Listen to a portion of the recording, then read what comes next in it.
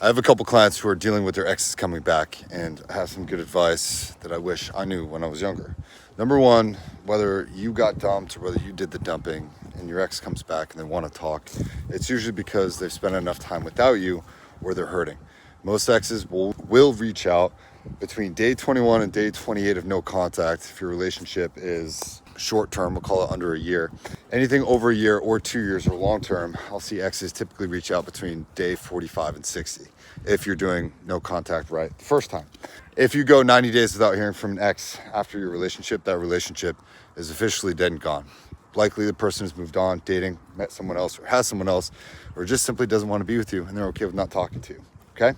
But if and when your ex does reach out, here's what you need to know. They're coming in to check on you and they're going to breadcrumb you. They're going to be indirect, asking you how you are, liking a story, watching your story, or having a friend check in on you and then deciding to reach out and just asking to talk. Maybe they are being direct, and if so, it's a good thing. They want to see if you've grown because they're looking for confirmation that they made the right decision to leave or to stay away. And they're coming back in to check to see how you've used this time. Whether you've grown emotionally, mentally, physically, got a new job, making more money, have healed, and overall have changed, right? She's assessing, or he is assessing, whether or not that you can begin again. If you haven't, and you try to push for the relationship back, and you try to get back together, and you say, I miss you, I love you, and we were so good together, and you start going back to the past, you're gonna push him away.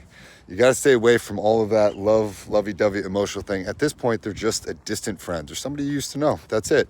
And if you try and make it anything other than that, you will push them away. And they will be like, ooh, he's still being needy, or ooh, she's not ready, right? And that's a bad thing because you want a second chance, and your best way to get a second chance is no contact. But if you haven't used that time to grow, you're just shooting yourself in the foot. A couple of my clients are doing really good having those conversations today because we've talked through it, we've coached through it, and they're gaining emotional stability, emotional ground, right? Some of my other clients suspect that that their ex has moved on, and that's a hard conversation to manage. Remember, your brain will always confirm your bias. It's called confirmation bias. So what you think is true, you will always find evidence to support that.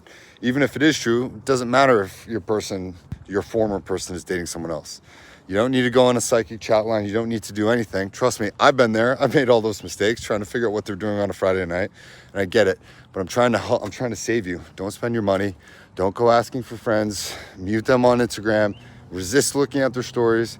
Don't do anything that's not going to help you in the long term. You are no longer with that person, and you have to accept the reality that that person is gone. You are not with that person. That person is not with you. You do not owe that person anything.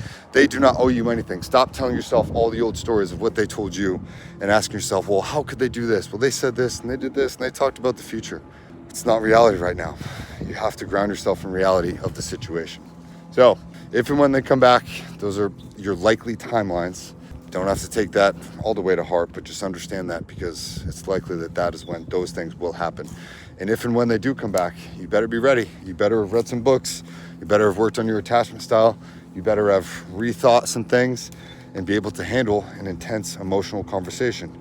Do not get emotionally reactive. You will lose that person and push that person away if you start to be emotionally reactive. Whether or not they tell you good news or bad news, if you get emotionally reactive, you will lose your chance with that person in the future. Okay? Hopefully this helps.